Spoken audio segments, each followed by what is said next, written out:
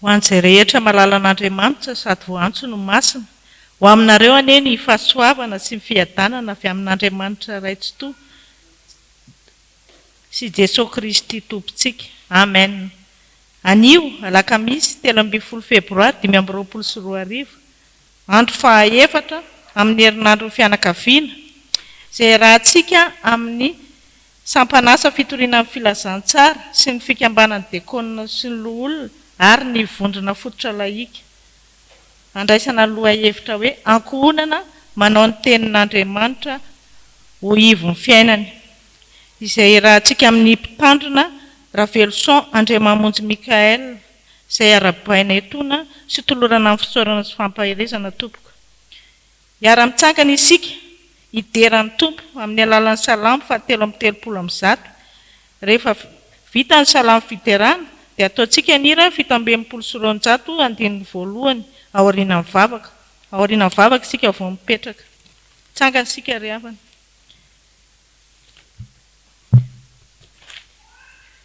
Amin'ny anaran'i Jesosy, enjre tsara sady mahafinaritra, raha mipirahalany miara-monina, tahaka ny diloilo tsara izay mitsororoka amin'ny somotra, dia ny somotry aroana, izay mitsoka ny tototra kakandrona, ary ny tenan'Andriamanitra izay milatsaka tahaka ny andro, fangono didiny sy tontosain'i, dia fiainana mandrakizay. Amen.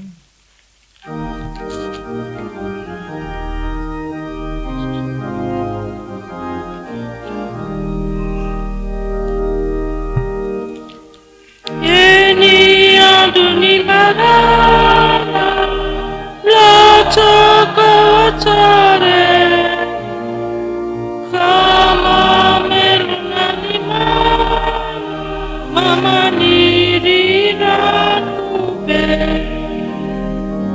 adorana ny tany, aeny andro maina efanany, ka mitratra ny fatra, andray ny mariazobe.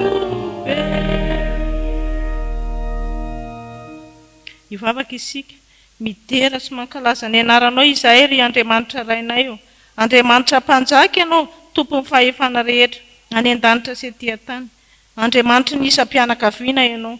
Misaotra anao izahay noho ny fitondrana amin'ny fiainanay, ka mbola tafahoana aminao indray amin'izao herinandro ny fianakaviana izao.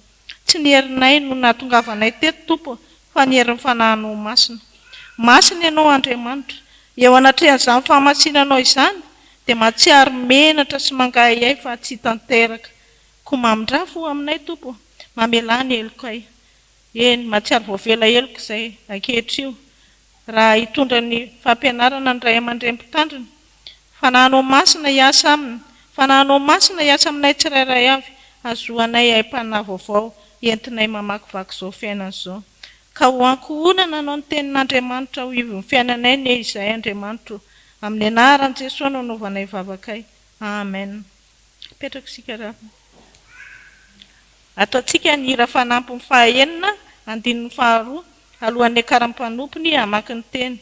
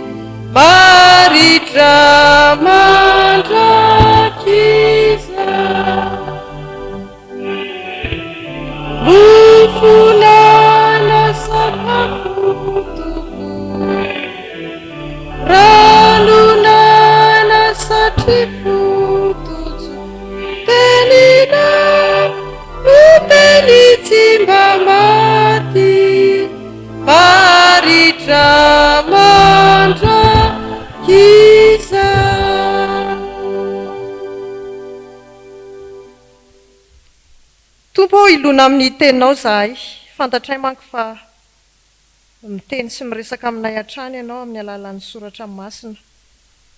Ho teny velona andrisika anay tanan'ny finoana sy hafanay mifandray tsy tapaka aminao Kristy ane izany teninao izany. Dia ny fanaonao ne ameno anay, atakaranay fa tena ankohonana manao zava-dehibe ny teninao Andriamanitra izahay, ka mametraka izany ho ivon'ny fiainanay. Dia na ny Vakiteny na ny fampianarana izay hotovozonay etona dia hiandrandranay fanavaozam-piainana tena kristianina ao aminao Jesosy Kristy. Amin'ny anaran'i Jesosy lohan'ny Ankohonana nanaovanay ny Vavakay. Amen. Iaraka amaky sy hiaino ny Soratra Masina isika ao amin'ny fanekena taloha. Bokin'ny Deutéronomie, toko 9, ny 14 hatramin'ny 19. Rehefa hita dia ho vakiana amin'ny anaran'ny Tompo.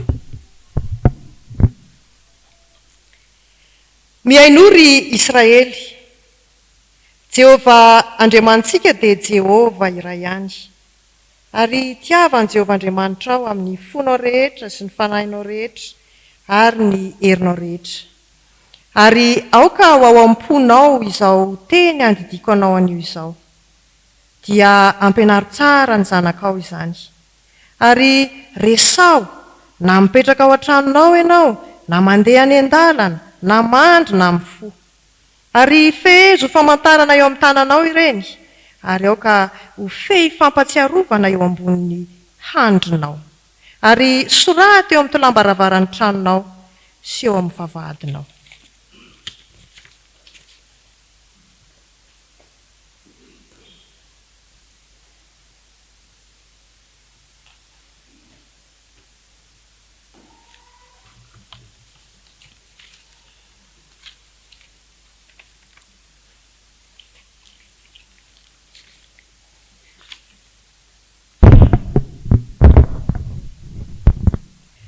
Ho tohizantsika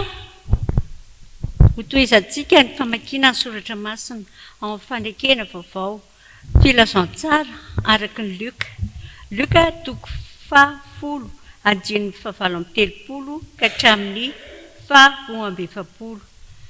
Ary ho faranantsika ny famakiana ny Soratra Masina ao amin'ny epistily ho an'ny Efesianina toko 1 andininy 1 ka hatramin'ny 4.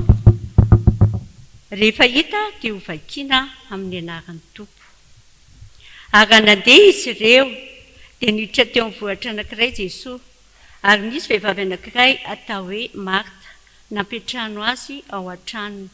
Ary izy nanana rahavavy atao hoe Maria, izay nipetraka teo anilan'ny tongotry ny Tompo ka nihay ny teniny. Fa Marta sahirana tamin'ny fanompoana be, dia avy izy ka nanao hoe, Tompoko, moa tsy mampanina anao va ny amelany rahavavikay anompy irery, koa mba saovy manampy ahy izy. Fa ny Tompo namalika nanao taminy hoe, Marta, Marta, maro ahina sy maro erehana ianao, nefa zavatra iray loha no ilaina. Fa Maria no efa nifidy ny anjara tsara izay tsy alaina aminy. Anaka, maneke ny ray sy ny reninao ao amin'ny Tompo, fa marina izany. Manaja ny ray sy ny reninao, fa izany no didy voalohany misy teny fikasana. Mba hita soa ianao sy ho maro andro ambonin'ny tany. Ary ianareo iray aza mampatezitra ny zanakareo, fa tezao amin'ny famaizana sy fananaran'ny Tompo izy. Amen. Ray masino. Ataontsika mpitsangana ny hira 7:1 andininy 7. Oh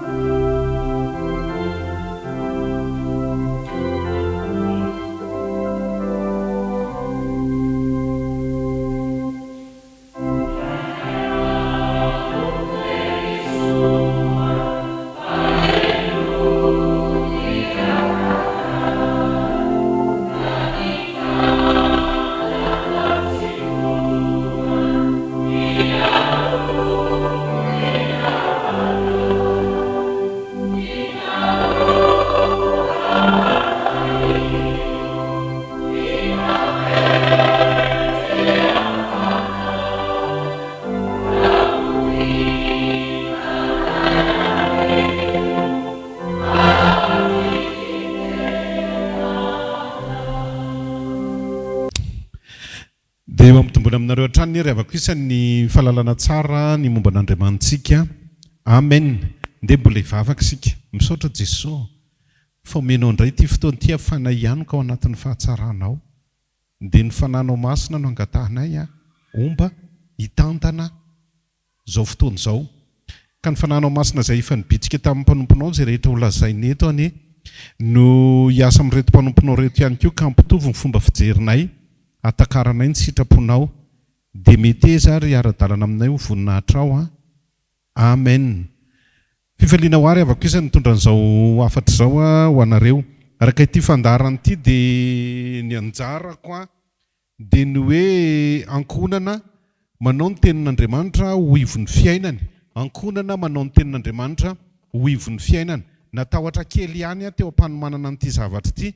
Ny mampatahotra dia izaho mifanitsakitsaka be zany le lohevitra nataon'ny Fjkm tamin'ity taona ity. Ka raha iresaka zao rehefa avy eo dia lasa mifanitsaka ny an'ny pastera Herinandron'Ny rapitso miresaka mpivady satria ny ankohonana ao anatin'ny mpivady. Misy vanim-potoana lasa manitsaka n'le vehivavy, tsy manitsaka n'le eritreretinareo fa manitsaka n'le lohevitra tataraina ary amin'le momba ny atao hoe vehivavy, fa manitsaka ny lohahevitra ihany koa makany amin'ny tataraina ny momba ny lehilahy satria tafiditra ao anatin'ny ankohonana daholo ny lehilahy, ny vehivavy, ny mpivady, ny ankizy. Dia rehefa miresaka an'io ianao dia lasa indraindray manitsaka lohahevitry ny hafa. Dia niezaka mihitsy zany ny fetena tsy hanitsaka lohahevitry ny olona hafa, fa na izany na tsy izany aza gaga nareo raha misolifatra kely ihany manitsaka n'le lohahevitra satria ny mpivady no anisan'ny tena acteur principal ao anatiny atao hoe ankohonana. Dia tsy maintsy vohitsaka kely ihany le lohahevitra, ka mino anefa fa tsy dia tena hanitsaka be an'le lohahevitra na izany na tsy izany. Fanamariana voalohany ao anatin'ny Soratra Masina rehefa isany rehefa mamaky ny testamenta vaovao sika dia misy resaka hoe marina sy fahamarinana be be ao. Fa gaga ianao rehefa mamaky an'io teny io amin'ny teny Grika fa tsy le marina eritreretintsika hoe tsy mandainga, tsy mangalatra, tsy mamon'olona, tsy mijangajanga, tsy mitsiritra, tsy ireny le marina tataraina. Tsy teny io atra fa tsy le tenitsika isaky ny avy mamaky Soratra Masina hoe ray masina manamasina anay amin'ny fahamarinana ny teninao no. Dia iny fahamarinana iny rehefa jerevanao ny teny Grika sy ny zay marina rehetra tatarain'ny testamenta taloha, za tsy miteny testamenta vaovao, tsy miresaka testamenta taloha fa zay marina rehetra tatarain'ny testamenta vaovao. Dia gaga ianao mijery ny dikany fa tsy le hoe teneniko teo tsy lalàna hoe tsy mangalatra, tsy mamon'olona, tsy mijangajanga, tsy izany ny marina tataraina. Fa rehefa jerevanao ny teny Grika dia hoe aleitia. Ny dikan'io aleitia io dia hoe authentique. Zany hoe ny mahamaika an'Andriamanitra dia hamadika anao ho authentique. Ny dikan'ny authentique moa zany dia original. Hamadika anao original mahamaika an'Andriamanitra. Ka raha miteny ny Soratra Masina hoe ray masina manamasina anay amin'ny fahamarinana fa miteninao ny fahamarinana, dia tsy miteny izy hoe ray masina manamasina anay mba tsy hanota intsony fa ny teninao tsy mampanota anay. Zany ny fieritreretantsika. Fa ny tena marina dia hoe ray masina manamasina anay amin'ny authenticité anao fa ny teninao rery ihany mamadika anay authentique. Zany ny tena dikan'io zany hoe ny teninao rery ihany no mamadika anay amin'ny atao hoe originalité. Ka raha ite hivadika amin'ilay originalité zany ianao dia tsy maintsy ny tenin'Andriamanitra no fototra. Ka raha te hivadika amin'ny original ianao authentique, hozy izy ny tanora hoe dorents. Raha te hivadika original ianao araka ny fijerin'Andriamanitra, authentique ianao dia tsy maintsy mifantoka amin'ny tenin'Andriamanitra. Ary marina be le lohahevitra hoe ankohonana manao ny tenin'Andriamanitra ho ivon'ny fiainany. Zavatra roa ny tena ho resahako aminareo androany. Te resaka zavatra be dia be nefa matahotra ho za manitsaka iny izy teo plate-bande-ny olona. Dia aloha hiezaka tsy hanitsaka plate-bande-ny olona mihitsiny. Dao ary ho resahantsika ny atao hoe ty voalohany ty somary manitsaka kely fa tsy maninona. Ho resahantsika ny atao hoe ohatrotry ny ahoana ary ny originalité. Zay le authentique, zay le fahamarinana. Ny eritreretin'Andriamanitra ho momba ny atao hoe olona namboarina. Manahoana ary le authenticité an'le olona. Rovina izy ny atao hoe authentique, dia rovina izy ny atao hoe modifié. Ny contraire ny authentique manko modifié na piraty na ataoko amin'ny fomba fitenin'ny ankizy ankehitriny hoe kité tsy le kité eritreretina fa ka ité kit zany hoe nampiana fanampiny na nanalana zavatra anankiray fa be deabe ny tokantrano na ny ankohonana nanalana na nanampiana dia andeha ro meko lohateny le fampianarana io ny lohateniny a fa vadoka amin'ny teny tiako itenenana azy fotsiny satria zay azy ay indray be deabe ny zavatra tiako tenenina amin'ny fomba fitenenana mahafinaritra dia ho tantaraiko amin'ny fomba fiteny mahafinaritra izy a dia aloha tantaraiko zany hoe l'authenticité de la famille zay ny tiako tenenina zany hoe ny io ary fa tsy haiko sady ny dikan'le authenticité apio a tsy haiko fa itsika ny dikan'izany e hainareo zany e l'authenticité de la famille rovina ary ny ankonana anankiray no lazaina fa authentique dao ary maka baiboly tsika jerevantsika ary a rovina io famille io no atao hoe authentique tonga dia omeko aloha ny valony voalohany authentique ny famille anankiray a rehefa nahazody faty ahoana tsara authentique ny famille anankiray rehefa naninona nahazody faty ny priorité an'Andriamanitra zany tao anaty baiboly dia hanome ody faty dia ny fanontaniana efa nahazody faty ve ny famille anao zany ny authenticité de la famille efa nahazody faty ve ny famille anao fa zany no atao hoe famille authentique vao vity ty tany ty a ka nyresaka tamin'ny adama sy eva Andriamanitra dia ny priorité an'Andriamanitra voalohany indrindra dia zao mekody faty ianao sy ny famille anao zay teny voalohany indrindra navoaka an'Andriamanitra averiko tsara akoatra an'ilay hoe hiasa sy hitandrina ny sa ho teneniko iny rehefa aveo dia ny tenin'Andriamanitra dia hoe amekody faty ianao sy ny famille anao zay indray zasy le toetra ratsika tsy mety mialy tsy mety mijoro eto amin'ity toeran'ity ty mandehandeha eo zay ahako rehefa miresaka fa miezaka zany satria tsy ao amina dia mba tsy handehandeha fa rehefa mitady ivoaka eny a dia teneny hoe verena vo avy ny teny Andriamanitra hoe miasa sy mitandrina ny sa dia ozy izy ny famille anao a mekody faty da mba vakitsika zany amin'ny fomba fiteniko zany a fa amin'ny fomba fitenin'Andriamanitra izy ahoana vakitsika ny Genesis 2 andininy fa 5:10 sy ny 9:10 Genesis 2 ny andininy fa 5:10 sy ny 9:10 ijerevantsika ny atao hoe famille authentique dia rehefa tsy izay dia efa tsy authentique ianao zany rehefa tsy manana n'izay fanafody zay da ho ary tenin'Andriamanitra io a io no atao hoe Andriamanitra ny teny tamin'ny adama sy eva raha ity sorsa toko faharoa ty samy hafa mantsy ny sorsa toko voalohany sy ny toko faharoa misy le atao hoe iavista dia misy le atao hoe deutéronomiste dia misy fa tsy hanazavan'izany andro any fa sorsa roa tsy mitovy reo a fa ny sorsa ny toko faharoa dia ahoana hoy izy iavista ty sorsa ty andao ary vakitsika ary ahoana ny tenin'Andriamanitra voalohany dia rehefa aveo a ho jerevantsika indray le sorsa anankiray a le ao amin'ny toko voalohany amin'ny anaran'ny tompo ndao mba miaraka mamaky mba tsy zareno namaky manao hoe ary Jehovah Andriamanitra nitondra lalelahy ka namponina azy tao amin'ny sahetena hiasa sy hitandrina azy ary Jehovah Andriamanitra nandidy andra lehilahy ka nanao hoe jerevo tsara io ny voalohany indrindra amin'ity source ity ny teny hoe ka nanao hoe teniniza zany io tenin'Andriamanitra io le tenin'Andriamanitra fototry ny ankonana ka rehefa tsy manana an'io ny ankonana dia tsy mbola miantehitra amin'ny tenin'Andriamanitra izy tsy milona ao anatin'ny tenin'Andriamanitra izy tsy famille authentique izy raha mbola tsy mahazo an'io fa be dia be ny famille tsy manana an'io akory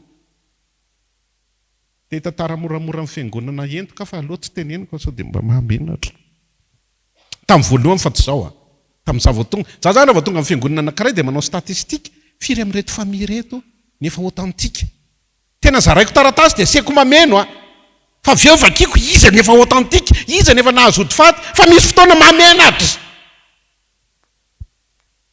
fa zara raha misy ny famille authentique fa mizaotsika amin'ny teny zao zany teny aminareo fa plus de 90% ny famille authentique asan'ny AFF zany zavatra tantaraiko zany androny FF moa andrany asan'ny AFF zany tantaraiko zany asa fitoriana ny filazantsara ndao ary vakitsika le tenin'i Jehovah 9:10 manao hoe io any teny voalohany indrindra amin'ity source ity amin'ny anaran'ny tompo manao hoe ary Jehovah Andriamanitra nandidindra lehilahy ka nanao taminy hoe ny azo rehetra eo amin'ny sady azonao hinanana ihany 7:10 fa ny azo fahalalana ny tsara sy ny ratsy dia aza hinanana fa amin'izay andro hinananao azy dia maninona ho faty tokoa zany hoe ny efa saika hivoaka ny ray zany hoe ny tenin'Andriamanitra voalohany indrindra hifantohan'ny ankohonana dia le teny natao tamin'ny Adama sy Eva hoe raha vao mihinana an'io nareo dia maninona maty. Zany hoe inona ny priorité dia priorité amin'io Andriamanitra io ahoana ny anomezako an'ity ankohonana ity ody faty.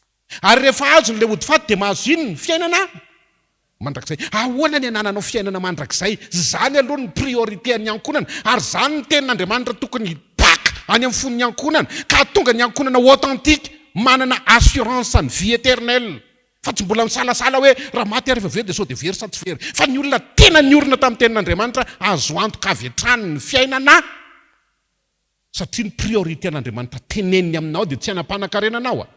Fa be dia be ny olona ao am-piangonana rehefa antaniana hoe inona ny andehananao tao am-piangonana dia azo valim-bavaka, mba azo harena, mba hoendry ny zanaka, mba hoendry ny vady, mba ho sitrana rehefa marary. Fa tsy priorité an'Andriamanitra zany e. Fa ny priorité an'Andriamanitra amin'io ankohonana io rehefa lazainao fa miara-dalana aminy ianao dia hitenenany hoe azo antoka ny fiainana satria omeninona ianao ody faty.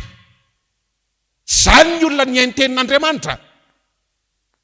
Zany ny olona tena niainy tenin'Andriamanitra ary zany ny priorité dia priorité ho an'ny olona tena manao ny tenin'Andriamanitra ho ivon'ny. Fa be dia be ho an'ny kité tantaraiko amin'izay ilay kité hovana ny ampina na soloana. Dia inona zao ny anarahan'ny olona an'Andriamanitra amin'izao tsika miteny izao mitady ody faty ve? Be dia be ny tsy mila ody faty ary tsy malala akory ny mekanisme ny ody faty. Fa ny mamaika azy dia ho lasa mpanan-karena, zaky marary dia sitrana. Zany hoe vahaolana eto an-tany fotsiny no alehany ato. Dia andao any jerevantsika zay zany le priorité miainy tenin'Andriamanitra. Fa inona ny zavatra mitranga? Kité ny atao hoe famille kité indray na famille modifié fa tsy le authentique intsony. Dia andao jerevantsika fa naninona le izy. Andao any jerevantsika inona nahatonga le changement. Inona nahatonga le changement? Inona nahatonga le famille modifié fa tsy famille authentique na original? Dia enao io famille manatrika eto enao ny tenanao hoe za ve aloha zany original ny ainy tenin'Andriamanitra sa mbola tenin'Andriamanitra kité koa ny anoko. Dia andao jerevantsika le atao hoe tenin'Andriamanitra kité. Andao jerevana ny Genesis 3:7. Inona nahatonga le fiovana? Genesis 3:7. Misy zavatra tena mahavariana mihitsy nahatonga an'le hoe famille kité. Misy zavatra mahavariana ao ambadik'le izy. Andao jerevantsika kely Genesis 3:7. Mifanontaniana mipetraka zany dia izao tena hainy Eva ve le tenin'Andriamanitra sa tsy hainy? Dia andao jerevantsika hoe hainy Eva ve le tenin'Andriamanitra sa tsy hainy? Dia gaga ianao fa hainy le izy fa mbola nikiteny ihany. Hainy fa mbola nasiany kity ihany. Fa firifiritsika ny miainy tenin'Andriamanitra rehefa tonga ny an-trano mbola kitena ihany. Dia miala amin'ilay authenticité. Dia tsy mipetraka intsony le hoe l'authenticité de la famille.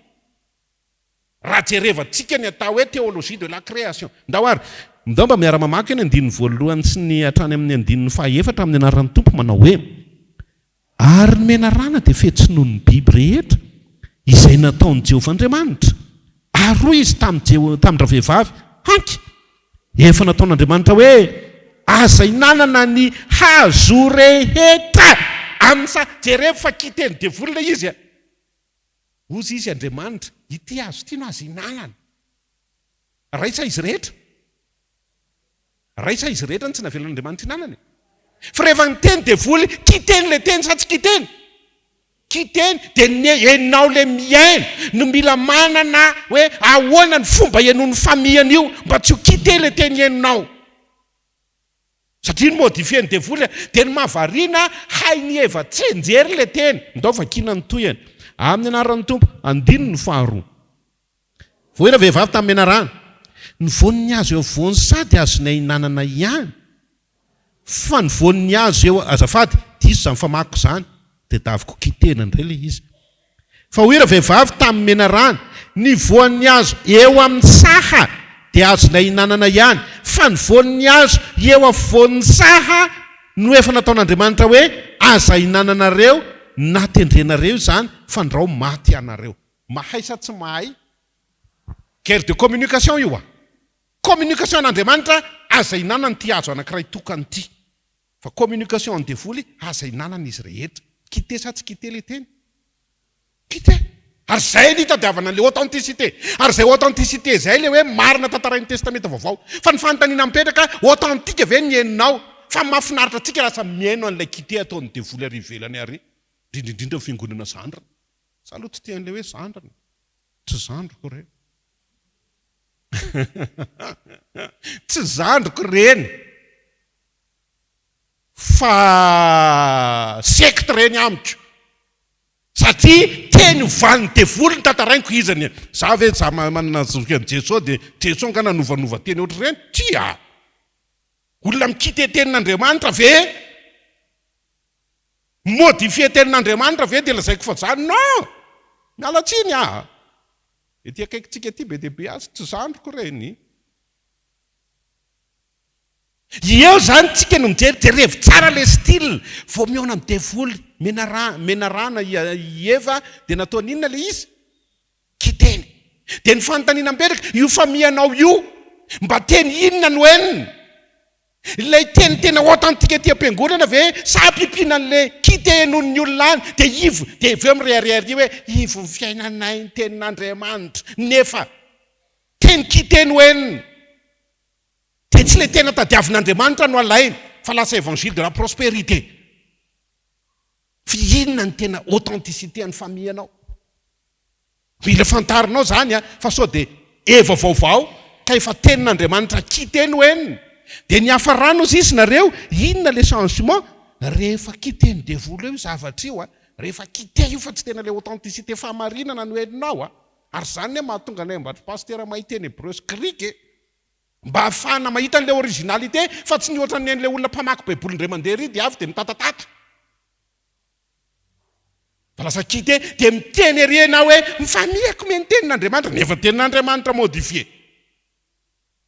Fa tsy le originalité. Ay zary le atao hoe authenticité de la famille selon la Bible. Dia mampieritreritra le fomba fiteny, le fomba fijery, le fomba fiaino ao anatin'izay rehetra. Rehefa avy nandalo ny ona tamin'io devoly ny kité tenin'Andriamanitra io ary Eva dia jerevana ny changement ny fantany tsara fa tsy azo hohanina le izy. Ary le anankiray eo voany sany tsy azo hohanina, fantany tsara zany fa niova ny fijeriny. Ahoana ozy izy? Vakitsika ny toyany ndao ary vakina ny fahaenina amin'ny anaran'ny tompo manao hoe ary hitandra vehivavy fa tsara fihinana ny azo sady mahafinaritra ny azo ary mampatsiriritra mampahendry amin'ny ahoana ary. Efa hita fa miala amin'ny originalité ianao ko mbola mampahendry. Fa firifiry ny olona miteny hoe endro ny rehefa manao an'izao zafady. Tsia mila manana sofina mahay miaino ny famille. Aiza ny authentique. Fa tsy zay tenin'Andriamanitra ihany ka mampatahotra ihany ty lohahevitra ty hoe Ankohonana manao ny tenin'Andriamanitra ho ivon'ny fiainany. Fa sao dia le tenin'Andriamanitra kité hoentin'ny devoly dia kité koa ny fiainanao fa tsy le original.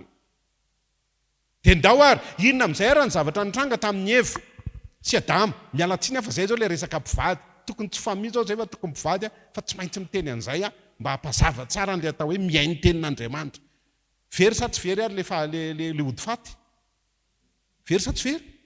Very. Maty zany izy mivady sa tsy maty? Maty. Dia ny ankohonany jerevy tsara le zanany lasa olona tsy manana ody faty dia naninona? Ny famona. Vonokainy abela satria very le ody faty dia lasa loharanom-pahafatesana ny tontolo mpiainany. Satria nanary an'le ody faty. Fa ny mahafinaritran'Andriamanitra vao aingana zao tao am-piangonanay nampianatra tamin'ny fanokafana ny fomba ofisialy ny taona 2025 dia nampianariko tao hoe gestion des échecs. Ty zany Andriamanitra efa nahita ny échec. Ny échec hitan'Andriamanitra voalohany dia le projet, grand projet. Ny grand projet an'Andriamanitra dia hoe anamboatra olona dia tsy mety maty io olona io fa omeko ody faty. Nda vakitsika kely any Genesis 7:22.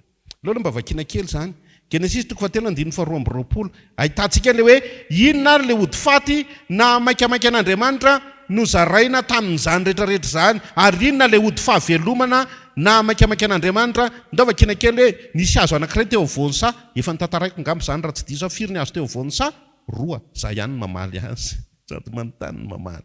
Dahoary vakitsika ny 2:20 amin'ny anaran'ny tompo manao hoe aroy Jehovahandriamanitra, indro ny olona tonga tahaka ny anankiray amintsika ka lalany tsara sy ny ratsy, ary ankehitriny andrao ny indra ny tanana izy ka hakany koa ny azonaina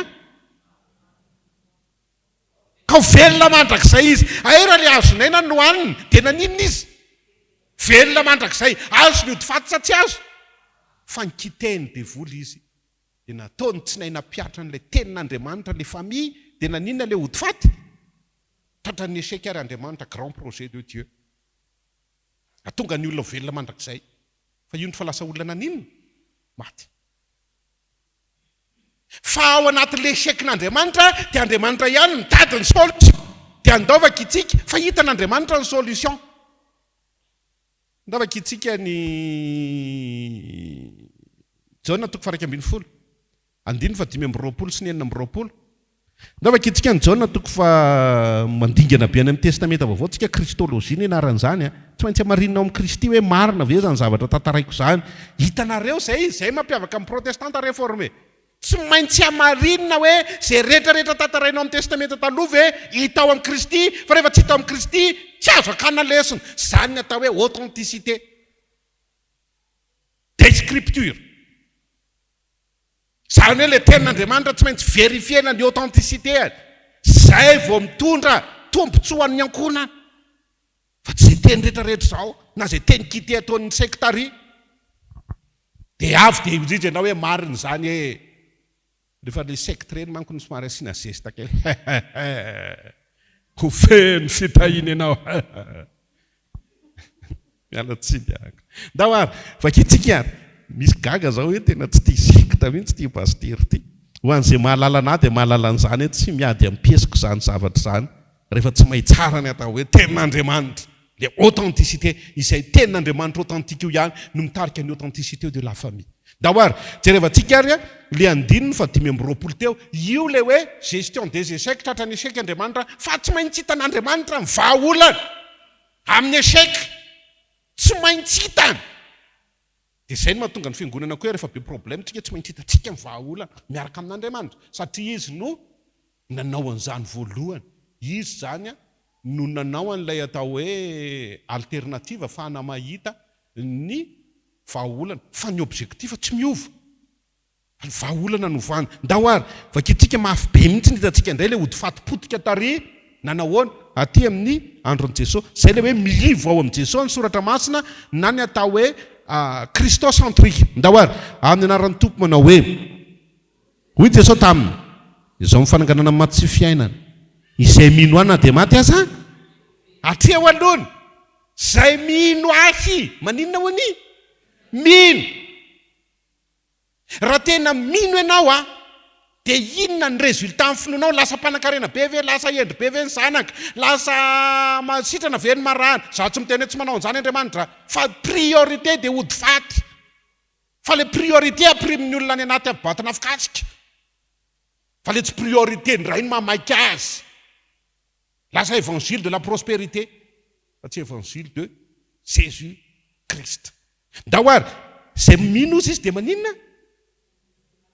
Na maty aza fanontaniana, nahita solution de rechange ave Andriamanitra ilay tenin'Andriamanitra ny kiteny devoly dia lasa famille kité le famille any Adama. Nahita Andriamanitra sa tsy nahita?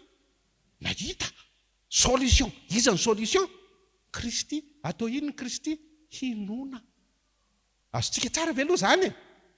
Azo le vahaolan'ilay famille kité na le famille modifié tary amin'ny Adama sy Eva, dia Andriamanitra ihany nanao ny fanarenana n'le famille kité na famille modifié ho lasa famille authentique.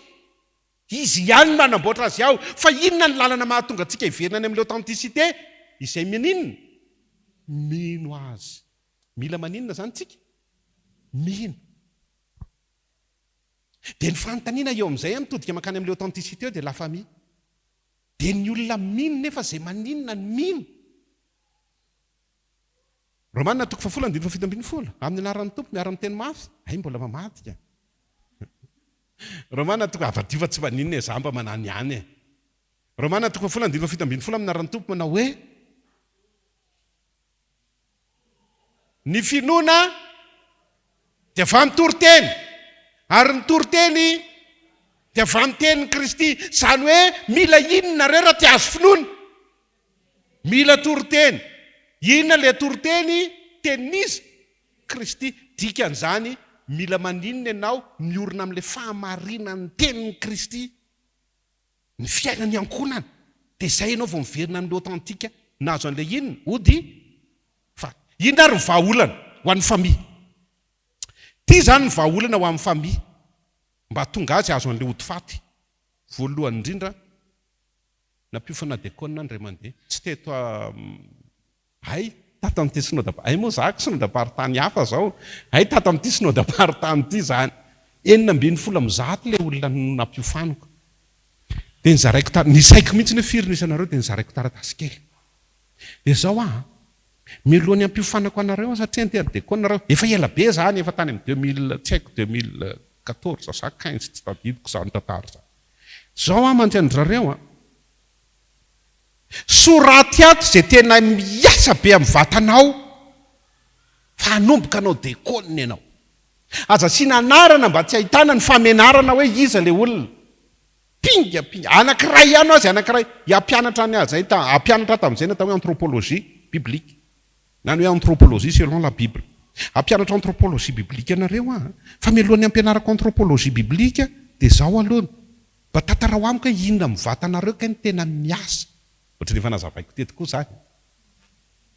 Ferina avany ilay izy, menatra amina ianao an'ilay izy. Za koa mba menatra foana isaky manao anina fiangonana, menatra nijery an'ilay izy, fa ny tena be dia be ny asa atao dia inona?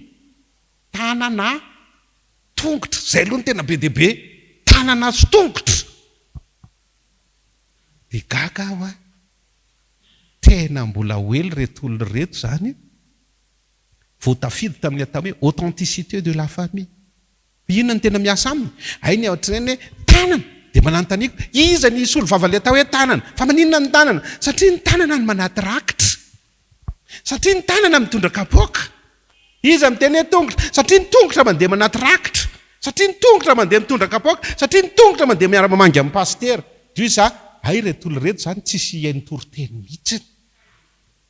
Fa inona daholo ny asany aminy? Dio zany disonareo. Raha miresaka tsika ny atao hoe anthropologie biblique dia ny miasa indrindra amin'Andriamanitra dia ny inona? Sofina. Fa rehefa tsy ho sofina io ny asa amin'ny famille dia tsy ho tafaverina mihitsy ianao amin'ilay atao hoe authenticité de la famille ary tsy mahazo an'ilay ody faty. Fa ny olona vonina iaino ihany no mahazo. Ny olona vonina iaino ihany no mahazo. Ndahoary miazakazaka be amin'ny tony teny tony fa tsy hijanona ela be satria tsy izany ny tena ampianariko anareo androany. Ndahoary fa maninona ny atao hoe ny sofina ny miasa indrindra. Sofina ny miasa indrindra. Za reto variana be, za manao mofinaina variana be ahako. Mijery ny durée noho ny olona mofinaina ao anatin'ilay YouTube. Izy za raha ohatr'izany daholo ny olona tena lasa lavitra. Ny mofinaina ao anatin'ny ray volana dia avoakan'ny YouTube eo ny quantité na ny nombre d'heures ienoan'ny olona azy. Lohan'ny le mpiaino io fa variana be 7 ans, 7 taona. Azonareo hoe zany zavatra teneniko zany. Raha misy olona 4,000 ohatra mamaky an'ilay izy dia ampifanampiana eo ny minute enon'ilay olona an'ilay izy dia ny isan'andro akambany 7 taona ny enon'olona an'ilay tenin'Andriamanitra ao anatin'ny ray volana. Dia misy fotoana ilay mpanahy ijanona hoe zara nga tsy mahavita fa vizana dia mieritreritra dia misy 7 taona zany ny fiainoana banga amin'ity volana ity. Kay misy olona tena maninona ao? Tena miaina. Mafinaritra. Tena miaina. Tena miaina. Ndahoary, ndava kina aloha ny ary ny asany apôstôly 5:20 Ny andininy 440 misy vehivavy zay atao hoe Lydia mpivarotra lamba volomparasy. Ndao ary mba miazakazaka kely antsika aloha mijery an'izany. Zany ny atao hoe authenticité de la famille. Roviana ny famille no authentique. Roviana ny famille no authentique. Ndao miara-mamaky nareo mamaky azy amin'ny anaran'ny tompo manao hoe Acta 16:14 amin'ny anaran'ny tompo manao hoe ndatsy averina fa ohatra misy mbola tsy mahita tsara ngamany. Ndao ary isa 2 3 amin'ny anaran'ny tompo.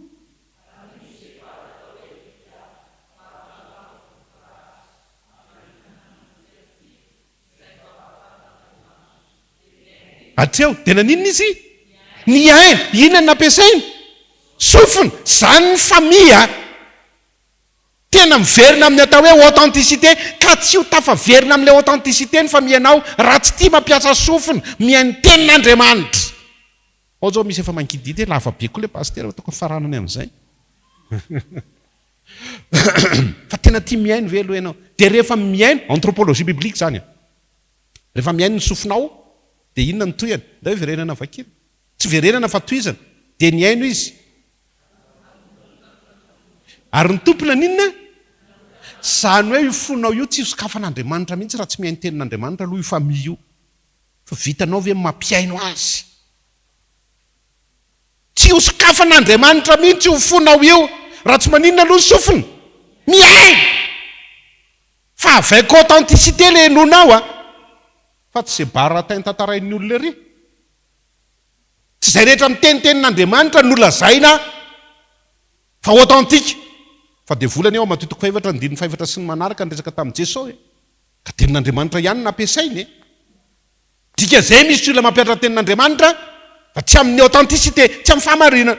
Ary tsy mitondra any famille ho any amin'ny authenticité. Inona le authenticité? Mahazo antoka ny fiainana mandrakizay, mahazo odinina faty. Dia inona ny famianao aloha e? Ohatra manao asan'ny AFF koa zany. Hita mihitsy ny AFF lany Andro. Tsy hikasika ny fonao mihitsy ny Andriamanitra raha tsy maninona aloha. Dia mifanontaniana mba mihaino isan'andro ve mifamianao. Zany le hoe ankohonana. Tena mitarika an'ilay ankohonany hametraka ny tenin'Andriamanitra ho ivon'ny fiainany. Authentique. Ndao vakitsikena asan'ny apôstôly toko 2:7. Asan'ny apôstôly toko 2:7. Asan'ny apôstôly toko 2:7 amin'ny anaran'ny tompo manao hoe averiny kely e. Inona aranana ninona? Inona ny miasa? Sofina. Fa ny famianao ve nandre? Fa raha mandray zany ny olona dia inona ny toyany? Dia voatsindro natampo ny atao hoe anthropologie biblique zany dia zao tsisy fonao voakitika mihitsy eo raha tsy mampiasa sofina aloha ianao.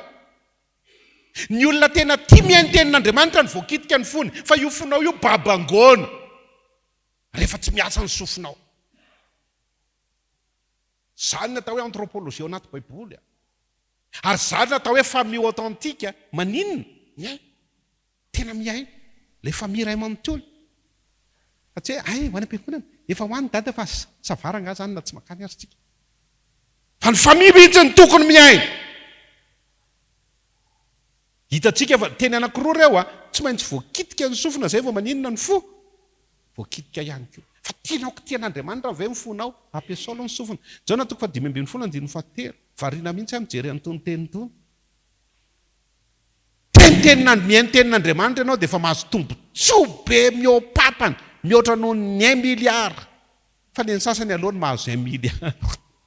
Zay le tombontsoa avoaka ny tenin'Andriamanitra izay ianony. Jana toko 5:7 amin'ny aran'ny tompo manao hoe efa madio raha teo ianareo no ny teniko zay nolazaiko taminareo. Ay ianao mihaino io fotsiny dia maninona vetrany? Madio fa fanontaniana tsy te adio ve? Zany hoe le loto sy fotaka ao anatin'ny fonao sokiriny ny tenin'Andriamanitra iny isaky ny mihaino ny sofinao. Dia miala tao dia lasa fo madio. Matio toko 5:9 sambatra ny madio am-po. Fa izy no mahita an'Andriamanitra satria mihaino tenin'Andriamanitra ianao dia sokirin'Andriamanitra le loto ao anatin'ny fonao. mekanisme izy ny mampiasa an'izany fa tsy voatery hitanao maso vao miaino ianao de miara de tonga de madio am-po ianao de mahita n'izy avy hatrany ianao fa raha misy olona zao antaniny inona ny tianao zay mekanisme zay sa omena 1 milliard matahotra ako le 1 milliard mibe mpisafidy fa tsy le madio am-po fa ny authentique madio am-po fa tsy be vola fa rehefa madio am-po ianao mivoaka ho azy ny vola de miditra ho azy ny vola tsy any aloha androany ny azavaika zay zany le hoe fa mity miainy tenin'Andriamanitra avy any amin'ny originalité tany amin'ny Genesisy de mamboatra ny tontolonao de mbola hitanao tombontsoa aty amin'ny andronao ankehitriny ijaona toko 5:20 io ihany ny 5:20 mba vakio kely zany natao hoe ay ny 7:9 aloha io le tianareo aloha le tianareo mba misy mafinaritra anareo fa manao ahoana natao hoe miaina ny tenin'Andriamanitra 7:9 amin'ny aran'ny tompo manao hoe ka mitoetra ao anatinareo ny teniko angatao zay tianareo na inona hay zany atsarany fa mila miray amiko aloha ninona Andriamanitra sy ninona ny teniny fa mifamianao ve tena miraiki tampisaka mifamianao ve le tenin'Andriamanitra mba nananao antoka an'le fiainana mandrakizay ary hanomezana ianao zay angatanao na inona fa ny mamaiky atsika tompo ao za tsy haino fa omeo fa tsy maintsy mampiasa inona aloha sofiny zay vao jeren'Andriamanitra ny faniriana ao anatin'ny fonao le angatanao zay le hoe mifandray foana ny sofina sy ny fo anthropologie biblique zany mifandray foana ny sofina sy ny fo ndao ary 5:20 amin'izay ary zany natao hoe lanja ny tenin'Andriamanitra ka tena iainan'le famille ve zany fa raha mbola tsy tonga amin'izany étape zany ny famille-anao de mbola tsy famille authentique zay le authenticité de la famille tiako ambara miainga avy atary amin'ny Genesis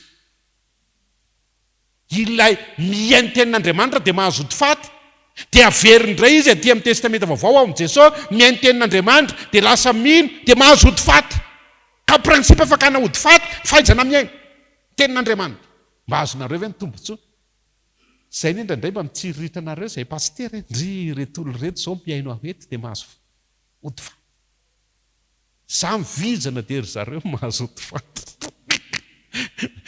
aloha mba asiana fimezana ohatr' zany nda vakino raha 5:20 teo amin'ny aran'ny tompo manao hoe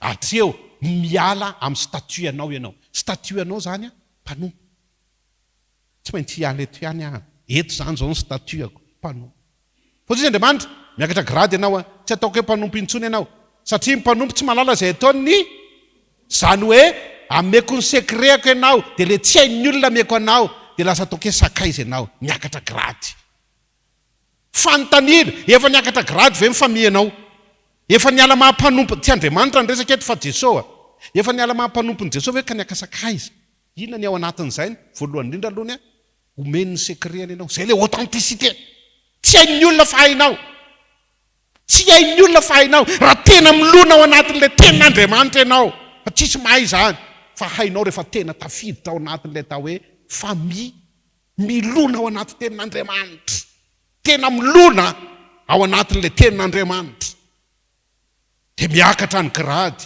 nda hoe verenina vakina izy teo amin'ny anaran'ny tompo manao hoe tsy ataoko hoe mpanompo intsony ianareo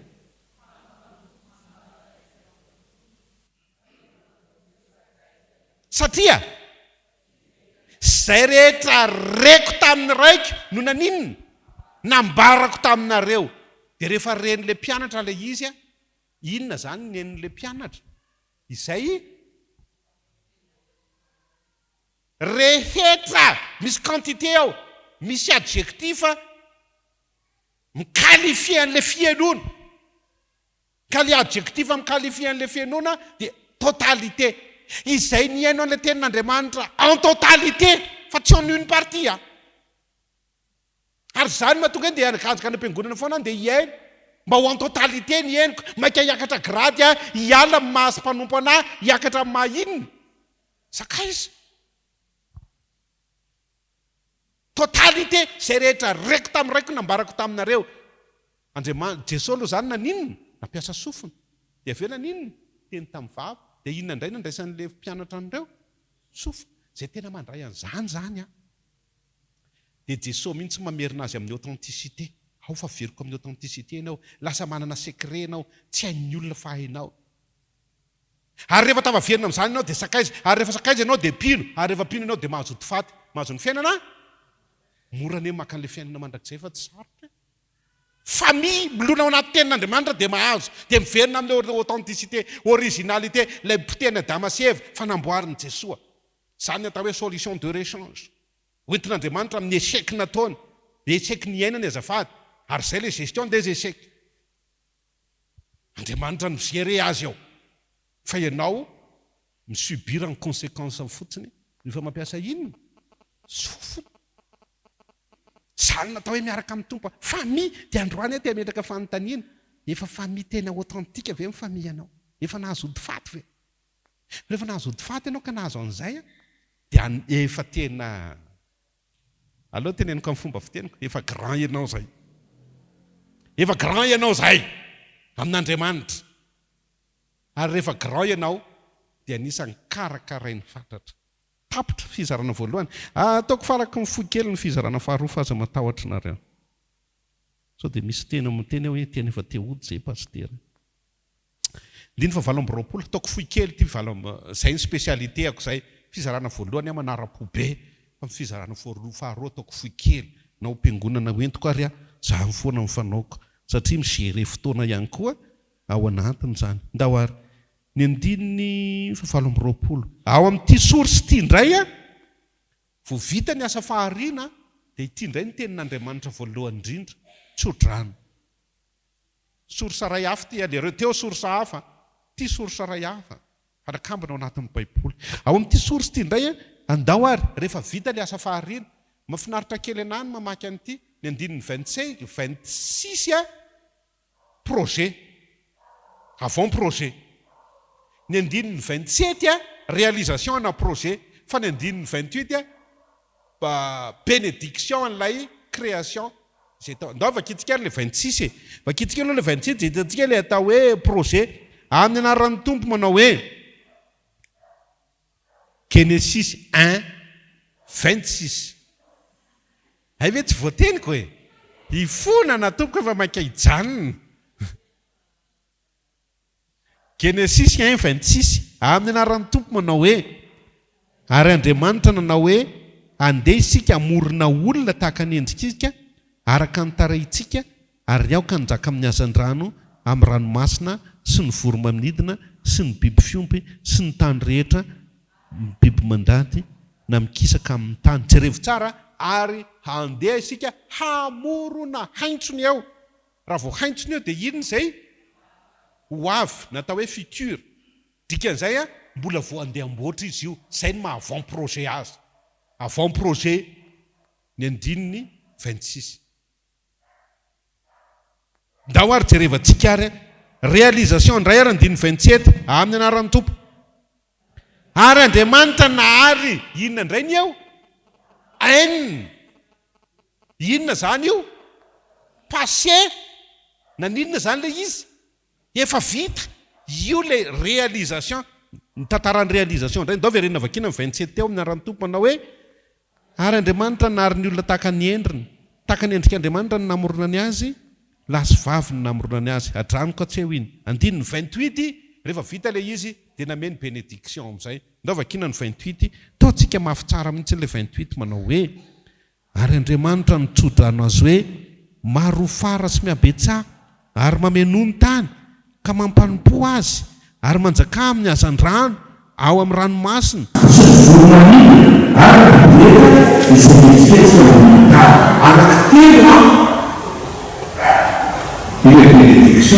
Bénédiction voalohany dia izao miabetsana mameno ny tany. Dikany dia izao amin'ny autorisation nareo amin'ny asa fahariana izay nataoko. Maka autorisation n'Andriamanitra voalohany asa fahariana. Zany mahatonga antsika atao malaizaka am-piangonana maka autorisation ary izay fanaovana ny famille. Ny famille tena manakana ny fiainany amin'ny tenin'Andriamanitra zany dia atao mariage. Azo rehetra fa tsy maintsy famille miara amin'ny tsy dia fizatsika ao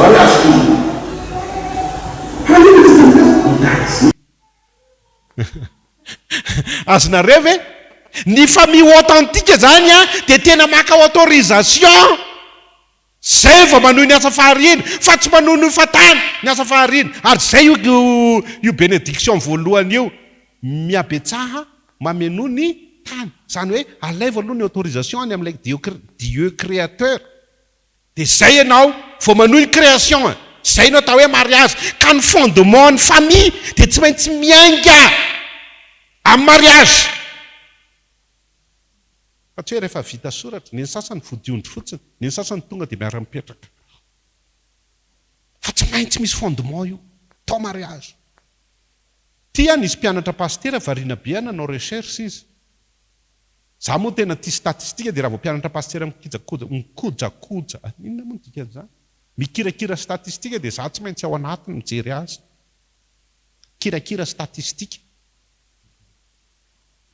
dia variana fa nisy mpianatra nanao statistika ny isan'ny mpiangona natao mariage nanomboka 2019 ka hatramin'ny 2024 dia ny mahavariana ny enany nisan'ny olona natao mariage inona ny antony io ary semantsy azy baza vao amiko reto ny antony izy ny antony ray voalohany indrindra dia ny covid lasa tsy nanam-bola ny olona ay zany tena mahatonga ny olona nanao mariage dia inona vola fa tsy le fondement na famille mba ho authentique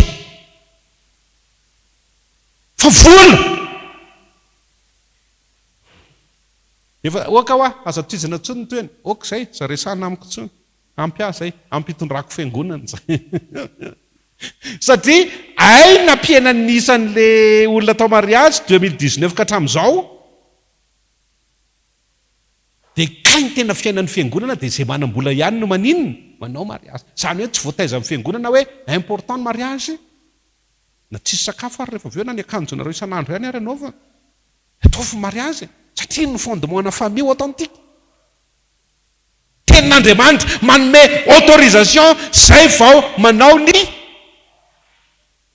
création manohy azafady ny création tohizana le création tohizana le création amin'ny alalan'ny autorisation zay io tsodrano io tsy avy dia miterateraka fotsiny amin'izao dia mamperitreritra zany a famille manahoana ary no afaka hiaina ao anatin'ny tenin'Andriamanitra dia mazava be famille manana an'izay fondement zay base fa tsy fandaniam-bola ny mariage edy sotro fitiavana be deaibe ny atao mariage tsotra n'izany fiangonana tantarain'izany zay ny anankiray voalohany indrindra ahoana tsara ozy izy ary Andriamanitra ny Tsodrano azy hoe maroa fara miabetsa mameno ny tany ka izy ihany mahazo autorisation manome hoe ndana amin'izay ary manohy ny asa faharina azonareo hoe zany zavatra zany fa tsy ianao ny tonga dia tena zaraka mahay autorisation nga mahay an'io fa tsy mila autorisation fa tsy maintsy mena autorisation amin'ny alala mariage hanohy ny asa faharina ary zay mibazina fiaingana amin'ny fametrahana ny tokantrano eo ambany tenin'Andriamanitra ny tontolo mpiainany fa be dia be ny miseho azy eo ambany tontolon'Andriamanitra tenin'Andriamanitra amin'ny fiainany nefa na dia le fondement raha tsy azony akory aperitreritra misy matsiaro marary zao ao voatsindrona eny mafinaritra koa rehefa voatsindrona fa ny faharoa zay aloha voalohany ary Andriamanitra ny Tsodrano zay maharoa fara mabetsama menohy ny tany dao miara mamaky mafy hoe le toyany teo le toya amin'ny anaran'ny tompo ka mampanopoa azy ay zany le izy rehefa aveo le création ataonao asena atao lasa inona alasa mpanompon'Andriamanitra ka rehefa tsy vitanao zay dia aza manambady fa ao amin'ny mariage zany teneniny fanontaniana fahaefatra amin'ny mariage ho an'izay natao mariage mahay an'izany ho an'izay tsy natao mariage tsy mahay an'izany fanontaniana fahaefatra io jerevy rehefa tonga any an-trano pejy raika amin'ny valopolo ao amin'ny liturgie Fjkm misy fanontaniana hoe momanaiko marina va ianareo roa fa hitondra ny zanakareo manaraka amin'ny finotsika kristianina ka hitaiza azy anaraka sy anompo an'Andriamanitra jerevy ny question numéro 4 mariage fa io no nangalana azy Rehefa tonga zany le zanakao nahazo autorisation aloha ianao dia mbola anontaniana ianao tena ataonao lasa mpanompon'Andriamanitra ve? Da hoe verenina vakina izy teo fa tsy fantatry ny olona zany tsodrano création zany fa tsy ho lasa mpanompon'Andriamanitra mihitsy io zanakao io raha tsy ampiaininao tenin'Andriamanitra. Dia zany natao hoe famille authentique. Ary zay le fampianarana meko anareo teto hoe authenticité de la famille. Da hoe verenana vakina izy teo dia tsodrano faharoa amin'ny anaran'ny tompo manao hoe zany hoe ilay création izay an'Andriamanitra fantohizanao tsy mba vita hoe mpanohy ny création fotsiny ianao fa tsy maintsy mamadika an'ilay création ho lasa inona mpanompon'Andriamanitra. Mahafinaritra be ny dikan'izy io amin'ny teny grika. Mahafinaritra mihitsiny fa raha jerevana izy amin'ny teny grika dia ny tena heviny sady io nefa ny voamaky. Ny tena heviny raha vadika teny aloha ataontsika teny gasy. Tena rehefa jerevana ny dikany amin'ny teny gasy dia hoe mampiaiky. Zany ny tena dikany ataonao zay ahatonga an'io toy any création io hiaiky an'Andriamanitra. Ataonao zay ahatonga azy hiaiky an'Andriamanitra. Azo fizetira izy raha miteny frantsay. Aloha jerevako kely izy amin'ny teny hébreu kabash. Zany kabash zany teny hébreu raha vadika eo amin'ny teny frantsay dia hoe assujettir. Fa ndao vadiko teny gasy tsaratsara kokoa. Ataovy miaiky an'Andriamanitra. Io création noforononao io fanahy io. Zany hoe ay ianao rehefa handeha hanambady tsy hoe tiako handeha hanambady an'iny raha izay izy simple loatra. Soratra dia vita raha izay simple loatra izy raha izay. Fa kay le efa handeha hanambady ianao dia hoe maka aloha autorisation ty amiko fa zany tompon'ny création fa rehefa vita le création dia zao ny tenenako anao tsy maintsy ataonao miaiky anahy io fa rehefa tsy vitanao zay dia tsy authentique amin'ny famille anao. Mahafinaritra le tenin'Andriamanitra tsy authentique amin'ny famille anao. Ka mba hahatonga anao ohatr'izany dia tsy maintsy ampiaininao inona ary le création notohizanao tenina vontosanao tenin'Andriamanitra. Rehefa tsy vitanao no mamonto an'io dia nitsodranona création mihitsy ny tsy ao aminao. Zany hoe théologie de la création tsy iainanao. Zany hoe tsy pino ianao. Fanekempinoana apostolika phrase voalohany mino an'Andriamanitra ray tsy toa mpanao ny lanitra sy ny tany. Mba fantatrareo ve ny ao ambadika zany teny zany rehefa miteny hoe mino an'Andriamanitra ray tsy toa mpanao ny lanitra sy ny tany dia izao zay tohizako amin'ny asa fahariny tsy hanafa anao. Zany ny dikan'ny fanekempinoana. Fa izay ve ny tena ao an-tsainao manao ny fanekempinoana samy dia amin'ny farany tsisy miditra amin'ny lohany akory ny dikany. Masika koa le paster. Gamba hojizynareo hoe zay tsy mahazaka hoentin'io paster masika velona io. Tsy masika fa entitra ako sévère. Entitra amin'ny tenin'Andriamanitra. Satria zany tena atao hoe authenticité. Rehefa miteny ianao hoe mino an'Andriamanitra ray tsy toa mpanao ny lanitra sy ny tany dia mino ny création izay ianao fa tsy daroinina ny inonao. Za zany tena sorena mihitsy no amin'izao fotoana. Jery ny lesona fampianarana dia ny théorie daroinina ny malaza be. Théorie de l'évolutionnisme fa tsy ny théorie de la création. Avy amin'ilay tao hoe dabara tenin'Andriamanitra. Fa ny théorie de l'évolutionnisme izy moa ny ekipan'ny Comore Suela-Kante. Fa ny olombelona ozy izy daroinina dia avy amin'ny Suela-Kante. Trondro lomano tany anaty ranontany zany no tonga ny olona mahay milomano angamba. Dia nivoatra dia lasa vertébré.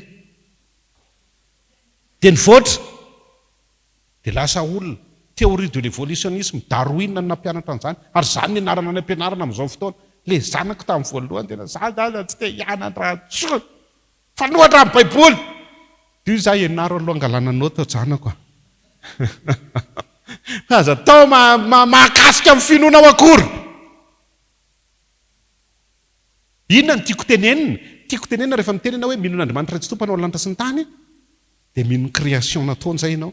Ary rehefa mino création ianao dia mino Tsodrano ny création.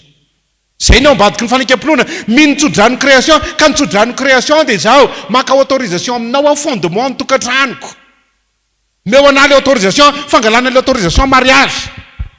Dia ho zizy indray le Tsodrano ny création hoe dia izao rehefa mahazo autorisation ianao dia ataovy miaika ireo production ataonao ireo rehefa avy eo, ataovy miaika. Zay le hoe mampanompoa aza assujettir kabasy amin'ny teny hébreu. Taovy miaika reo dia androany tianteny anao miaika an'Andriamanitra ve ny zanakao androany. Raha mbola tsy miaika dia mivera tena. Aiza ny authenticité de la famille ianao. Fa vita zay Tsodrano faharoa. Mafy be koa le Tsodrano mody tsotsotra kely. Fa kay misy engagement. Ary zany tena hoe milona ao anatin'ny tenin'Andriamanitra ilay famille. Fa rehefa vita zay vao tonga an'ilay mahafinaritra ny olona. Inona ny fahatelo? Zafady fa mbola hiala kely eto amin'ity teny hébreu ity indray dia hivadika. Ndahoary, inona le fahatelo farany? Genesis 1:20 miabetsama menony tany ny voalohany dia aorianan'izay mampanompo azy dia zay vao inona? Manjaka amin'ilay rehetrarehetra, io nefa le tian'ny olona. Ny tian'ny olona zany dia le fahatelo fotsiny, le voalohany sy faharoa tsisy raha ininina azy. Io amin'izay zany le fitahina io fahatelo io, mahazo fitahina ianao. Ka tsy olona azo fitahina ianao raha tsy vitanao aloha le telo voalohany. Le roa voalohany, inona le voalohany? Makao autorisation amin'Andriamanitra noho ny asa faharena, ataovy mariage, fondement de la famille. Inona ny faharoa? Ataovy miaika an'Andriamanitra zay vokatra vokarinao ao. Fito ny zanakao dia ataovy miaika an'Andriamanitra. Fa miaika an'Andriamanitra ve no zanakao? Fa be dia be zavariana mihitsiny. Ny any Eropa, ny amin'ny fiangonana protestante tantaraiko io, fiangonana tena protestante Eropeana io fa tsy ilay Fjkm. Ny hany sisa mpiangonana olona 420. Le 420 olona efa ohatr'izao daholo. Miaraka amin'ny tehana. Inona re ty fiangonana ity? Tsy mahita tanora ao ianao naray ary tsy maintsy lazondazony ohatranay nareo naray. Za zany le tanina ao anatin'ilay fa lazondazony. Fa maninona? Satria tsy ny aina ny Tsodrano io fa itsika mbola matanjaka amin'izao fotoana aty Madagasikara fa maninona ny tsy den'ny androany dia miazakazaka hahatonga le taranaka ao hiaina ninona tenina Andriamanitra mba ho tonga io Tsodrano faharoa io. Be dia be zao ay ve zany ny Tsodrano ny création zany le atao hoe bénédiction de la création. Dikan'izay tena mino an'ilay phrase voalohany ao anatin'ny fanekam-pinoana ianao raha mahatanteraka ny zandritra rehetra. Lava loatra okazay fa vizany. Dia ny fanahy masina nanazavan'izany tamiko ane anazavan'izany anareo ho voninahitry ny anaran'ny Tompo. Amen. Fonana tompoka amin'ny fangalarana ora. Saotra tompoko. Jesosy zoky anay io sambatra loatra izay manana anao. Ny Andriamanitra tianay tompony hery sy ny fahefanany an-danitra sy aty an-tany ary tsy mamelanay irery fa mitaridalana anay amin'ny lalan'ny famarinana. Tamin'itian'io ity dia nampianarinao ny Ankohonana mba metraka ny teninao tena ivon'ny fiainanay ary tsapanay tao anatin'izany fa ao anatin'ilay atao hoe théologie de la création nampianaranao anay fa ivon'ny fiainanay ny teninao. Ivon'ny fiainanay ny teninao satria manome anay ny ody faty dia ny fiainana mandrakizay. Ao amin'i Jesosy ilay teny tonga nofo mitondra anay ho amin'ny finoana satria ny finoana dia avy amin'ny toriteny. Ny finoana dia avy amin'ny teninao Jesosy ka raha miorina amin'ny teninao ny tokantrano dia matanjaka ny finoany ary raha matanjaka ny finoany azonay ny fiainana mandrakizay. Fa nampianarinao koa izay fa misy engagement raisinay ao anatin'ny fiainan'ny tokantrano. Ny engagement voalohany indrindra fangalana ny autorisation avy aminao Andriamanitra hanohizana ny asa faharena. Ny engagement faharoa ny asa faharinao Andriamanitra dia ataony miaika anao, ataony lasa mpanomponao, fa tsy ho ataonay manam-pahaizana fotsiny ka dinon'izy ireny rahatr'izay no manompo anao. Zany no mahatonga hoe tena ny teninao ny fototry ny tokantrano. Dia misaotra Jesosy, tsapanay indray ny lalaka lehanay manomboka eto, ary renay ny tsiro ny fiarahan-dalana aminao fa tsara e. Dia mivavaka manokan'izay ho an'ny ankohonana rehetra ary mba ho tena tafaverina milonina, ka ho tafiditra ao anatin'ilay atao hoe authentique tokoa, ka iainan'ny fahamarinana na ilay atao hoe authenticité de la famille. Misaotra Tompo, misaotra ny herin'ny fitiavanao mitantana anay sy momba anay ka tsy mamela anay ho irery, atsapanay be ny fahasoavanao Andriamanitra. Vavak'izay maneho Fjkm Isotry Fitiavana ampaherezo ny tsirairay avy, indrindra ny mpitandrina omenao fahasalamana, omenao hery. Ianao no hiasa ao anatiny ka ho fitaovana momba ampelantananao tokoa izy ny amin'ny fitariana ny ankohonana. Ary efa ao anatiny izao fotoana izao ho tena ilona ao anatin'ny teninao, ahita ny voka-tsoa ny fahasoavanao. Jereo ny ankohonana tsirairay avy, ny angatahany aminao Tompo, mba ho tena ampiasa n'ilay fahefana feno avy aminao Jesosy ny amin'ny fanatanterahana ny fikolonan'ny ankohonana, mba tena hita ny famarinana ao Andriamanitra. Jereo ireo tokantrano ireo mba ho tena authentique marina, dia ianao ny taridalana azy ireo atsapan'ny herin'ny teninao. Ny herin'ny teninao no tena manova amin'ny fiainanay, ary ny herin'ny teninao no tena azahoana ny famonjena, ny herin'ny teninao no tena mitaridalana sy tsy mamelanay irery, ka matoko sy mino izay. Fa ianao mihitsy no ombanay ao anatiny izany rehetra izany. Misaotra Tompo fa hotoloranao fitahiana ny fiangonanao. Rehefa tanteraka izany rehetra izany araka ny Tsodrano efa hitanay teo, na ny fiainonan'ny teninao izay manambara fa raha miray amika anareo ka mitoetra ao anatinareo ny teniko dia angatao izay tianareo na inona na inona, na ny Tsodrano izay nambaranao hoe manjakany zavaboary, dia marika hita maso fa velona ny Andriamanitra rehefa tena manompo azy ny ankohonana rehetra. Dia misaotra Tompo noho ny amin'ny valim-bavaka nidera ny laza ny voninahitra ho anao. Ho fisaorana anao dia farananay izany amin'ilay vavaka na ampianarinao mpianatra ao, fa izay manao hoe rainay izay ny an-danitra, ho masina ny inaranao, ny tonga ny fanjakanao, atao any ny sitraponao, ety an-tany takany any an-danitra, meno an'io izay anina sahaza ao anay, ary mamelany elokay tahaka ny namelanay izay meloka taminay, ary aza mitondra anay amin'ny fakam-panahy, fa manafahanay amin'ny ratsy, anao ny fanjakana sy ny hery ary ny voninahitra mandrakizay. Amen. Mahereza dia ho an'ny tompony voninahitra mentsika ny famaranana ny tompony famaranana. Saotra Tompo. Fiadanana ne ho an'ndralahy ary fitiavana mba amin'ny finoana, ny fahasoavana ne ho an'izay rehetra tian'i Jesosy Kristy tompontsika amin'ny fitiavana tsy mety levona, mandihana hamonjy atsika ny tenin'Andriamanitra.